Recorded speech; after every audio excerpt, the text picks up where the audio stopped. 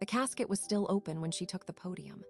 Her sister stepped up to the microphone, tear-streaked and trembling, and announced that their mother's last wish was to leave her everything: the house, the savings, the heirloom jewelry.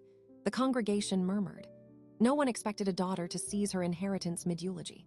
Then the notary, seated in the back row with the official will in hand, stood up, cleared her throat, and said 4 words that shattered the performance. "That document is forged." A funeral is supposed to be a place for grief, not greed. But when inheritance is on the line, the mask slips fast. The notary in that room held the one thing no amount of tears could refute: the real will, signed, sealed, and witnessed. She had watched the sister's performance for exactly 3 minutes before she acted. Why does a notary possess that power? Because in the eyes of the law, she is the neutral witness, the human safeguard against forgery and coercion. And when she spoke, the entire room learned a brutal lesson. The will you think exists may not be the will that matters. The person you trust with the eulogy may be the same person who tried to steal your inheritance before your body went cold. The funeral home sat on a quiet stretch of Maple Street in a small Ohio town, the kind of place where everyone knows everyone's business and pretends not to. The deceased was Margaret Holloway, a retired schoolteacher who had built a modest fortune over 40 years of disciplined saving and careful investing. She left behind a 3-bedroom house, a portfolio worth roughly $400,000, and 2 adult daughters. Claire, the older one who had moved 3 states away and barely spoke to her mother in the final years, and Laura, the younger one who had stayed close, drove her to chemo and made sure the bills got paid on time. That was the story everyone in the room believed. Laura, the devoted daughter. Laura, who deserved every penny. Laura, who had spent the last 6 months by her mother's bedside while Claire sent flowers from a distance and never once held the oxygen mask in place during a coughing fit. The congregation had already assigned their sympathies before the service began. You could see it in the way they squeezed Laura's hand a little longer, whispered condolences with extra warmth, and barely glanced at Claire sitting alone in the second row. But appearances are cheap at a funeral. The truth is usually locked in a document that nobody reads until it is too late. Margaret Holloway had updated her will just 3 months before her death. She had called the same notary she had used for 20 years, a woman named Patricia Vance who ran a small title company out of a converted hardware store downtown. Patricia had notarized Margaret's original will back in 2008, her living will in 2015, and her final estate plan in January of this year. She knew Margaret's handwriting, her signature, the way she paused before signing important papers. She also knew that Margaret had been sharp as ever until the very end, despite the cancer eating her from the inside. That final will named Claire as the sole beneficiary, not Laura. Why the reversal? Margaret had discovered something in her last months that changed everything. A review of her financial records revealed that Laura had been siphoning small amounts from her checking account for nearly 2 years. A few hundred here, 1,000 there, always just under the threshold that would trigger a bank alert. Laura had used the access Margaret had given her during the early stages of illness, access meant for paying medical bills and buying groceries. The total came to just over $18,000, enough to be theft, not enough to be noticed quickly. Margaret confronted Laura privately. Laura denied it. Margaret showed her the bank statements. Laura cried, apologized, and promised to repay every cent. She never did. Instead, she grew more distant, stopped visiting as often, and began making comments about how exhausting caregiving could be, how she deserved some kind of compensation for her time. Margaret understood then that the devotion she had mistaken for love was really an investment. Laura had been waiting for a payout. So Margaret went to Patricia Vance, drafted a new will removing Laura entirely, and left explicit instructions that the original will be held in Patricia's office safe until after the funeral. She also left a sealed envelope marked to be opened at the reading of my will, with Patricia's name on it. Patricia knew the contents. An itemized list of every unauthorized transaction Laura had made, along with a handwritten note from Margaret that read, "I am not dead yet. But when I am, I want the truth to stand exactly where she tried to sit." The funeral service itself was unremarkable. Reverend Morrison delivered a standard homily about a life well lived. The choir sang "Amazing Grace."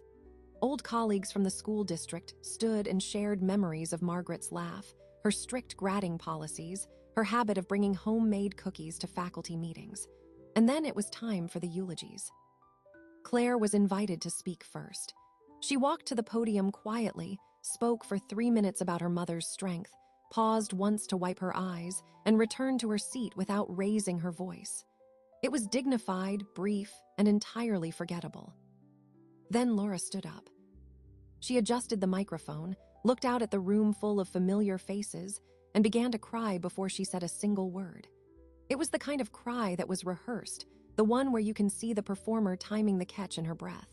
She talked about how much she had sacrificed. She talked about the sleepless nights, the missed workdays, the emotional toll of watching her mother fade. She painted herself as a saint while Claire sat motionless. And then, about 3 minutes in, she delivered the line that would change everything. Mom always told me I was her favorite. She said that when she was gone, she wanted me to have everything. The house, the savings, the jewelry she inherited from Grandma. She said Claire had her own life, her own money, and didn't need anything more. So, with all of you as my witnesses, I want to announce that I'm honoring Mom's wishes. I am the sole heir. The room went silent. A few people nodded approvingly, others exchanged glances. Claire stared at the back of Laura's head, her face unreadable. And then, from the third row, Patricia Vance stood up. She was not a loud woman. She was 63 years old, wore a plain black dress, and carried a leather handbag that looked like it had been through a decade of weekday use. But when she rose, the rustle of her dress silenced the whispers. She did not raise her hand or clear her throat. She simply looked at Laura and said, in a voice that carried perfectly across the room, "That is not what Margaret wanted. I have the real will in my bag, and I have a duty to ensure it is read as written." The temperature in the room dropped 10 degrees. Laura's face went from grief-stricken to something else entirely, something cold and calculating. She smiled, but it did not reach her eyes. "Patricia," she said, her tone saccharine, "I appreciate all you did for Mom, but you are a notary, not the executor. The will I have is signed and notarized as well. You cannot just stand up in the middle of a funeral and override a legal document." Patricia did not flinch. She opened her handbag, pulled out a manila envelope, and held it up. "Your document," she said, "was notarized by someone who was not present at the signing. I checked the notary stamp. It belongs to a woman who retired 12 years ago.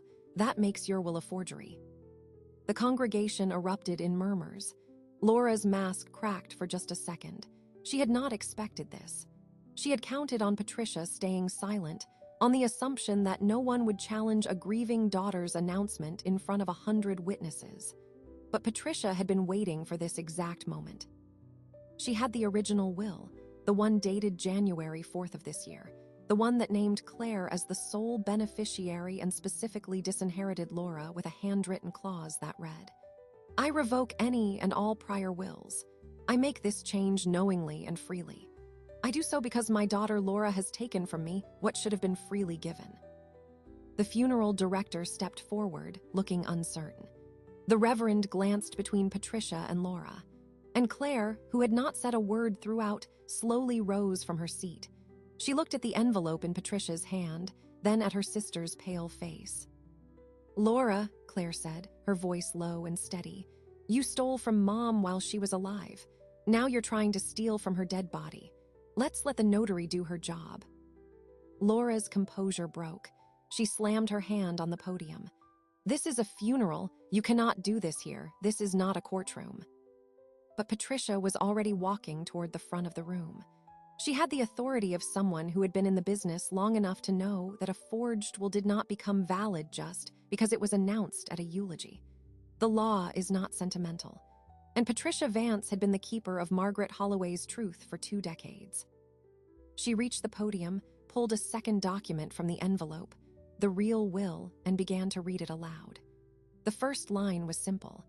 "I, Margaret Ruth Holloway, being of sound mind and memory, do hereby declare this to be my last will and testament, revoking all previous wills." The room fell into utter silence.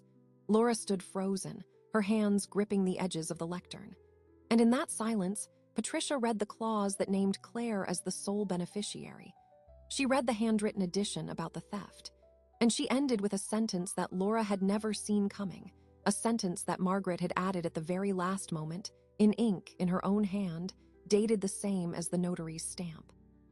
To my daughter Laura, I leave nothing, not because I do not love her, but because love given freely was never enough. She chose to take what I would have given, and now she must live with the weight of that choice. Laura collapsed into a chair. Claire did not gloat. She simply walked to the front, thanked Patricia, and asked the funeral director to continue the service. But the story was not over, because in that envelope, there was also a letter addressed to the county prosecutor. Margaret had not only disinherited Laura, she had filed a criminal complaint for theft from the estate before she died, with a request that it be executed upon her death. The notary had been instructed to deliver that letter to the district attorney's office the same day as the funeral. And that is exactly what Patricia Vance did. The moment the service ended, with Laura still sitting in the front pew, watching her inheritance and her freedom disappear into a manila envelope. The manila envelope reached the county prosecutor's desk by 4:30 that afternoon. Patricia Vance did not hand it to a secretary or drop it in the mail. She walked it into the courthouse herself, asked to speak with the assistant district attorney on duty, and placed the letter from Margaret Holloway directly into his hands. The ADA, a man named Frank Delaney who had handled 3 estate fraud cases in his career, opened the envelope, read Margaret's handwritten complaint, and immediately picked up the phone. By 5:15, 2 uniformed officers entered the funeral home's side parlor, where Laura was still seated in the front pew, staring at the closed casket. Her husband, a real estate agent named Brian Cates, stood beside her with a face like stone. The officers asked Laura to step outside for a word. She complied, thinking it was about a parking issue or a noise complaint. They arrested her on the spot for felony theft from an elderly person and for tampering with a legal document. The charge of tampering was not about the forged will itself. That was a separate crime. The tampering charge came from a detail Laura had overlooked. The notary stamp on her forged document belonged to a woman named Evelyn Marsh, who had retired in 2012. But Evelyn Marsh had died in 2019. Laura had ordered the stamp online from a custom rubber stamp website, using Evelyn Marsh's name and notary ID number, which she had found on an old county records index. The forgery was not just a lie. It was a crime that carried a potential sentence of 2 to 5 years. Laura spent that night in the county jail. Her husband Brian posted bail the next morning using money he said he had saved from his side business flipping houses. $10,000 cash. Laura was released with an ankle monitor and a court date 60 days out. But the story did not stay in the courtroom. It leaked through the funeral home staff, then through a clerk at the prosecutor's office, then through a local newspaper reporter who had been covering obituaries for 11 years and finally had something worth writing about. The headline ran on page 1 of the small town paper. Notary exposes forgery at Holloway funeral, daughter arrested. Within 48 hours, it was picked up by a regional news network. Within a week, it went national. The public narrative was simple. Laura was the villain. Claire was the victim. Patricia was the hero. But narratives are rarely that clean, and the truth was waiting underneath the surface like a log in murky water. 3 weeks after the arrest, Laura's attorney, a sharp woman from Cleveland named Denise Okonkwo, filed a motion to contest the will. The grounds were not what anyone expected. Denise claimed that Margaret Holloway's final will, the one Patricia Vance had notarized on January 4th, was itself the product of undue influence. Not by Laura, by Claire. The motion alleged that Claire had spent the 6 months before Margaret's death systematically isolating her from Laura. Claire had changed the locks on Margaret's house, claiming it was for security. She had intercepted phone calls and deleted voicemails. She had told Margaret that Laura was stealing from her, but the motion argued that Claire had manufactured the evidence. The bank statements showing transfers from Margaret's account to Laura. Claire had access to Margaret's online banking and made those transfers herself. The motion claimed, then pointed the finger at Laura. And the $18,000. Laura's attorney introduced records showing that Laura had actually repaid $7,000 of it over the course of 3 months, depositing cash into Margaret's account at a branch near her home. Those deposits had been made after Margaret's death, Claire argued, but the dates on the deposit slips matched dates before Margaret died. Someone had tampered with the dates. The motion was thick with accusations. The court scheduled a hearing. Patricia Vance was subpoenaed to testify. The notary who had stood up at the funeral, the one who seemed like the moral center of the story, was now being asked to defend her own role in the affair. And that is when the first major crack appeared. Patricia admitted under oath that she had not personally witnessed Margaret sign the January 4th will. She had notarized it based on a telephone call with Margaret, who said she was too weak to come to the office. Patricia had driven to Margaret's home, where Margaret was in bed.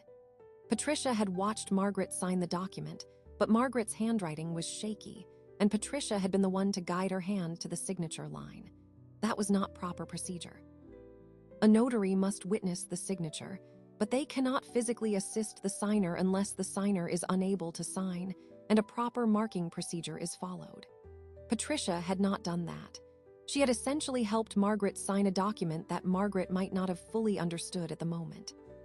The courtroom went quiet. The judge asked Patricia if she had any record of Margaret being of sound mind on that date. Patricia produced a note from Margaret's primary care physician, dated January 3rd, stating that Margaret was lucid and oriented. But the note had been written 2 days after the will signing, not before. The timeline was off. Denise Okonkwo pressed harder. She asked Patricia why she had notarized the will with a date of January 4th when the doctor's note was dated January 5th. Patricia hesitated. She said she had not noticed the discrepancy. Denise asked if Patricia had ever witnessed Margaret sign any other documents under similar circumstances. Patricia said no, this was unusual. Denise asked if Patricia had ever discussed the contents of the will with Claire before driving to Margaret's house. Patricia said she had spoken to Claire on the phone that morning, but only to confirm directions. The judge raised an eyebrow. The hearing did not end that day. It was continued for 2 weeks to allow both sides to gather more evidence, but the damage was done. The image of Patricia Vance as an unimpeachable authority was now stained. She was not a villain, but she was not the flawless hero the public had imagined. She was a 63-year-old notary who had cut a corner for a woman she had known for 20 years, and that corner had become a chasm. Meanwhile, Claire had her own problems. The motion to contest the will had triggered a deeper investigation. The county sheriff's office, now involved, began looking into Claire's financial records. What they found was unexpected. Claire had accumulated over $40,000 in credit card debt in the year before Margaret's death. She had also taken out a personal loan for $25,000 that she had not disclosed to anyone. The money was unaccounted for. And there were records of large cash withdrawals from Claire's account on the same dates that deposits appeared in Margaret's account from an unknown source. The investigation began to paint a picture of two sisters, both flawed, both desperate, both willing to lie for a piece of their mother's estate. The estate itself was only $400,000. It was not a fortune. It was a teacher's pension and a paid-off house. But to two women drowning in their own failures, it looked like salvation. And then the third document appeared. It surfaced 2 days before the second hearing. An original copy, handwritten on Margaret's personal stationery, dated February 28th, just 3 weeks before she died. It was a codicil to the will, not notarized, not witnessed, but written entirely in Margaret's hand, signed and dated with a line that read, "I am aware that I am near death. I am of sound mind. I write this freely. I revoke all previous wills and codicils. I leave my entire estate to the Willow Creek Children's Hospital Foundation. I leave nothing to either of my daughters. They have broken my heart equally." The document was discovered by Margaret's home health aide, a woman named Rosa Mendez, who had found it tucked inside a cookbook on Margaret's kitchen counter the day after she died. Rosa had not known what to do with it. She had held on to it, afraid of getting involved. She had only come forward after seeing the news coverage, after watching her former employer's family tear itself apart on television. Rosa brought the codicil to Denise Okonkwo, Laura's attorney. Denise immediately filed it with the court. The judge ordered an independent handwriting analysis. The result came back within 72 hours. The handwriting matched Margaret's known samples. It was authentic, which meant that neither Laura nor Claire had any claim to the inheritance. Margaret had disinherited them both. Her final wish was to give everything to a children's hospital. The will Patricia had notarized was invalidated by a later, handwritten document, and the forged will Laura had presented at the funeral was irrelevant. The hearing on the will contest was canceled. Instead, the court held a single hearing to determine the validity of the holographic codicil. Patricia Vance sat in the audience, her credibility shattered. Claire sat across the aisle, her face blank. Laura sat in the front row next to her attorney, still wearing the ankle monitor. The judge ruled the codicil valid. The entire estate, minus legal fees and debts, would go to the Children's Hospital Foundation. But that was not the end, because Rosa Mendez had not come forward alone. She had brought something else. A voicemail recording on her phone made on the night Margaret died. Margaret had called Rosa, asking her to pick up the cookbook and bring it to the hospital the next morning. In the background of that voicemail, Rosa could hear a woman's voice, arguing, shouting, and then the sound of a door slamming. The caller ID on Rosa's phone showed the call came from Margaret's home phone at 11:47. The time of death was listed as 2:14 a.m. the same night. The hospital confirmed that Margaret had been alone in her room when she died. The voice in the background was later identified as Claire's. The voicemail recording was played in open court 3 days later. The gallery was packed. Patricia Vance sat in the back row, her hands folded in her lap. Laura sat with her attorney, the ankle monitor still visible beneath her pant leg. Claire sat alone, her face unreadable. The judge instructed the courtroom to remain silent. Rosa Mendez's phone was entered as evidence. The playback began.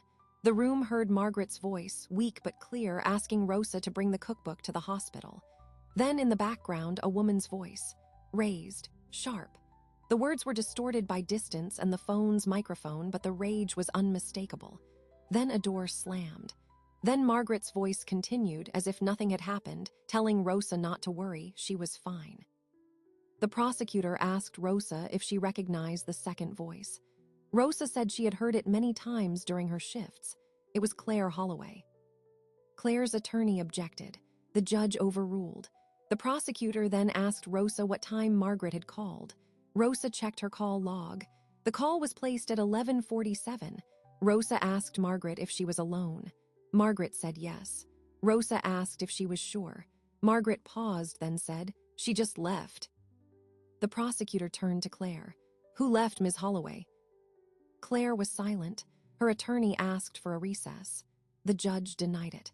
The prosecutor continued. "You told police you were at home asleep when your mother died, but your voice was recorded in her home at 11:47 p.m. on the night she died. Would you like to revise that statement?" Claire's composure cracked. She said she had stopped by to drop off groceries, that she had only stayed a few minutes, that she had not wanted to disturb her mother. The prosecutor asked why she had lied about it. Claire said she had been afraid of being blamed. The prosecutor asked what she was afraid of being blamed for. Claire did not answer.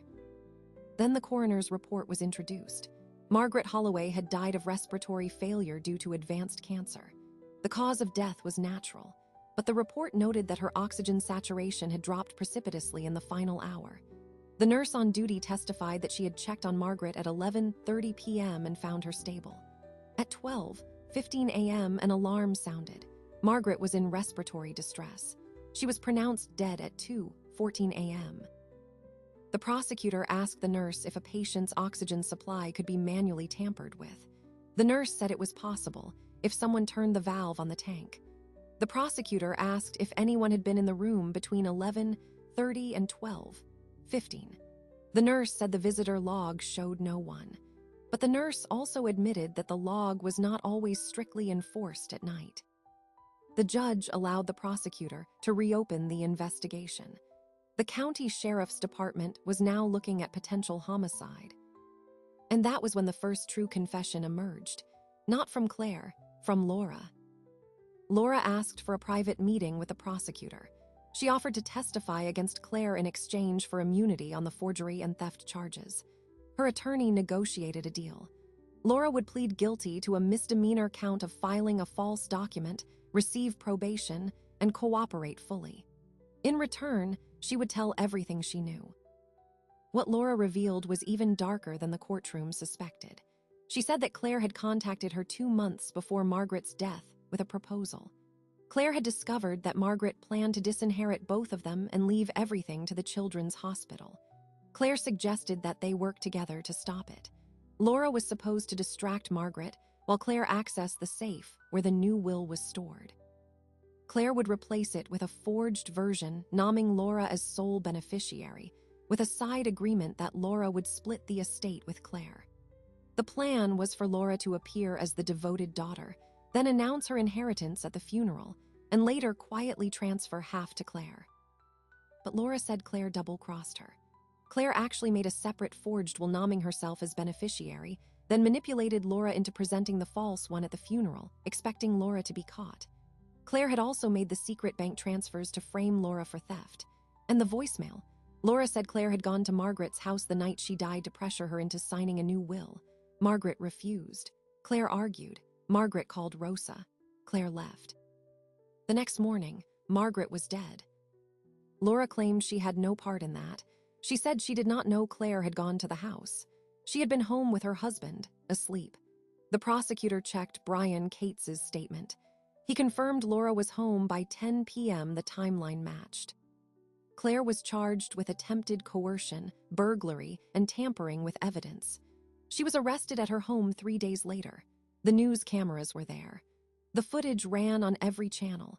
Claire Holloway, the quiet sister who had been wronged, was now being led into a squad car in handcuffs. But the case was not clean. Claire's attorney filed a motion to suppress the voicemail evidence, arguing that Rosa had no legal right to record a phone call without both parties' consent, and that the recording had been obtained in violation of wiretap laws. The judge ruled that Rosa had not recorded the call herself. She had simply saved a voicemail that Margaret left her. That was permissible. The motion was denied. Then Claire's attorney tried a different angle. He argued that Laura's immunity deal was invalid because she had perjured herself in her original testimony. He brought forward a witness, an overnight nurse at the hospital, who claimed to have seen Laura in the hallway at 1 a.m. on the night Margaret died. The nurse's testimony contradicted Laura's alibi. The judge ordered a hearing. Laura was recalled to the stand. Her attorney tried to object, but the judge overruled. Laura was asked directly, "Were you at the hospital on the night your mother died?" Laura said no. The nurse was then called. She identified Laura from a photo lineup. She said Laura had been wearing a gray coat and had walked past the nurses. Stationed toward the exit at approximately 1:10 a.m., she remembered because the shift change had just occurred and she had noted the time. Laura's husband Brian was called. He changed his story. He said he had actually driven Laura to the hospital that night because she had been distraught and wanted to see her mother one last time. He said he had waited in the parking lot. She had returned 30 minutes later, crying. He had not mentioned it before because he was afraid Laura would get in trouble for being there without permission, since visiting hours ended at 9 p.m. Laura broke down on the stand. She admitted she had lied. She had gone to the hospital to confront her mother, not to say goodbye. She had found Claire already there. They had argued in the hallway. Claire had left. Laura had entered her mother's room alone and had seen the oxygen tank. She had not tampered with it, she said. But she had stood there, watching her mother struggle to breathe, and had done nothing. She had felt rage and grief and something cold. She had walked out without calling a nurse. She had let her mother die. The courtroom erupted. The judge had to call for order. Laura was immediately arrested for obstruction of justice and potential manslaughter charges. Her immunity deal was revoked. The case now shifted. The notary, Patricia Vance, who had been the original whistleblower, was called back to testify one final time. The prosecutor wanted to know, had Patricia known any of this? Had she suspected foul play earlier? Patricia said she had not known about the sisters' conspiracy. She had only known about the forged will. But she admitted that she had felt something was off when Margaret called her to notarize the January 4th will. Margaret had sounded tired, but not afraid. Patricia had assumed it was the cancer. She had not asked enough questions. The judge wrote a strongly worded opinion. The codicil leaving everything to the children's hospital was upheld. Claire was convicted on 2 counts of tampering with evidence and 1 count of attempted coercion. She received 3 years. Laura was convicted of misdemeanor perjury and obstruction. She received 18 months with credit for time served. Both sisters lost any claim to their mother's estate. The house was sold. The proceeds, after legal fees, went to the Willow Creek Children's Hospital Foundation. Patricia Vance's notary license was suspended for 6 months for improper procedure in witnessing the January 4th will. She retired soon after. She never spoke publicly about the case again. But the story did not end in the courtroom. The funeral director, a man named Harold Green who had been in business for 40 years, gave an interview to a local podcast a year later. He said he had a message for anyone who thinks they can get away with fraud at a funeral. "The dead don't lie," he said, "and neither does paper. You can stand at a podium and cry all you want, but the truth is always in a signature, a date, a stamp. And there is always someone in the room who knows how to read it." The final irony of the Holloway case was this: Margaret had been right all along. She had known her daughters were capable of destroying each other. She had tried to protect her estate from both of them. And in the end, the only person who benefited from her life's work was a children's hospital that never met her. But that might have been exactly what she wanted, not to punish her daughters, but to make sure that what she left behind actually helped someone who deserved it. The Children's Hospital Foundation received a check for $312,000 7 months after Margaret Holloway died. Legal fees, funeral costs, and outstanding medical bills had reduced the estate from its original $400,000, but the amount was still substantial. The foundation's executive director, a woman named Grace Templeton, held a small press conference to accept the donation. She read a prepared statement about honoring Margaret's generosity. Then she added something that surprised everyone in the room. She said Margaret Holloway had been a volunteer at the hospital for 12 years, reading to children in the oncology ward every Saturday morning until her illness made it impossible. The children knew her as Miss Maggie. She had never told anyone, not her neighbors, not her church, not her daughters. The hospital had no record of her daughters ever visiting. But they had a photo wall with 23 photos of Margaret holding sick children on her lap, reading picture books with the kind of patience that only someone who had been disappointed by life could muster. That detail changed the way people understood the case. Margaret had not been a bitter old woman punishing her daughters. She had been a woman who poured her love into children who needed it, because the children she gave birth to had broken that capacity inside her. The handwritten codicil was not an act of revenge. It was an act of continuation. She was simply leaving her love where it had always landed. Claire Holloway served 18 months of her 3-year sentence and was released on parole. She moved to a different state, took a job as a receptionist at a dental office, and changed her last name. She did not attend any further hearings. She did not contact Laura. She told a parole officer that she thought about her mother every day, but not the way most people think about a lost parent. She thought about the moment she realized she hated her sister more than she loved her mother. That realization, she said, was the real punishment. Laura Holloway served 8 months of her 18-month sentence. Her husband Brian filed for divorce while she was inside. He sold the house and moved to Florida. Laura was released with no home, no marriage, and no prospects. She attempted to petition the court for a portion of the estate twice. Both attempts were denied. The judge wrote in his denial that Laura had exhausted her legal standing when she chose to let her mother die. The last public record of Laura Holloway was an address change form filed with the state of Indiana, listing a mobile home park near the border. Patricia Vance's notary license suspension lasted 6 months. She did not return to work.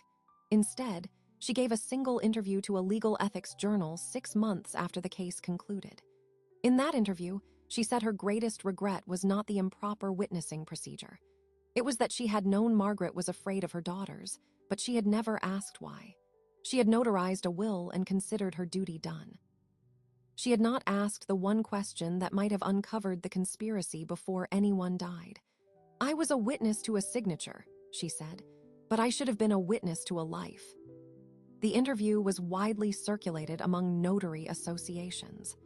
Several states used it as a training case for proper witnessing procedures. A bill was introduced in the state legislature requiring notaries to complete a continuing education course on detecting elder financial abuse. It passed unanimously. The funeral home where the confrontation occurred went through its own quiet transformation. Harold Green, the director, installed a new policy. He would no longer allow private eulogies to include announcements about inheritance or estate matters. He posted a sign in the preparation area. The reading of the will happens in the lawyer's office. The funeral is for the soul. A local documentary filmmaker approached Harold about making a short film about the case. Harold declined. He said the family had suffered enough, but he did keep a copy of the newspaper clipping from the day after the arrest, framed behind his desk. Not to celebrate. He said it was a reminder that the dead trust the living to tell the truth, and that trust is sacred. The last piece of evidence in the case was never introduced at trial. It was a letter written by Margaret Holloway on the same stationery as the codicil, dated 3 days before she died. It was addressed to Rosa Mendez, the home health aide who had found the codicil and saved the voicemail. Rosa kept the letter private until she moved out of state a year later. Then she released it to a reporter who had been following the story. In the letter, Margaret wrote, "I know my daughters will fight over what I leave behind. I know Patricia will be caught in the middle. I know the truth may not come out until after I am gone. But I trust you, Rosa. You saw me clearly when no one else did. If you are reading this, then I am already dead and you have chosen to speak. Thank you. Tell the hospital I loved them. Tell Patricia she was a better friend than she knows. And tell my daughters, if they ever listen, that I did not stop loving them. I just stopped being able to reach them." The letter did not change the legal outcome. The estate had already been distributed. The sisters had already served their time. But it did change the public perception of Margaret Holloway. She was not a cold figure who disinherited her children out of spite. She was a mother who had tried everything, who had kept hopping, who had finally accepted that some love is better given to strangers than forced onto those who will not receive it. The Children's Hospital used the donation to fund a new pediatric palliative care wing. They named it the Maggie Room.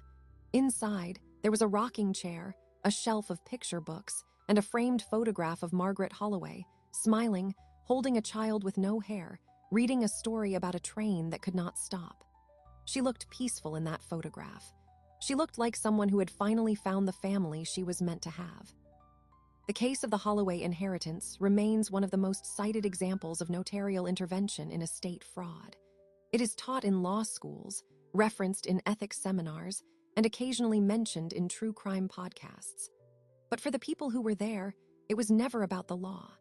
It was about a moment in a quiet funeral home when a woman in a black dress stood up and refused to let a lie have the last word. The notary corrected the record not because she was brave, but because she knew that documents outlast people. A forged will, once filed, becomes evidence. A true will, once read, becomes justice. And a woman like Margaret Holloway, who had spent her life reading stories to dying children, deserved the kind of ending where the truth was the final narrator. The funeral home on Maple Street is still there. The sign out front still says Green Funeral Services, Est 1972. On the second Tuesday of every month, a group of notaries from 3 counties meets in the back room for a continuing education class. They study real cases. They discuss ethics. And every session begins with the same story. The one about the sister who stood at the podium, the notary who stood in the 3rd row, and the will that refused to be silenced. That story is still being told. Not because it is the most dramatic case of inheritance fraud ever recorded. It is not. There are cases involving millions of dollars and international trusts and decades-long legal battles. The Holloway case involved a retired school teacher, a small-town notary, and $400,000 that ended up in a children's hospital. But the reason it stuck, the reason it is still taught in ethics classes and cited in legal briefs, is because it exposes something most people do not want to admit.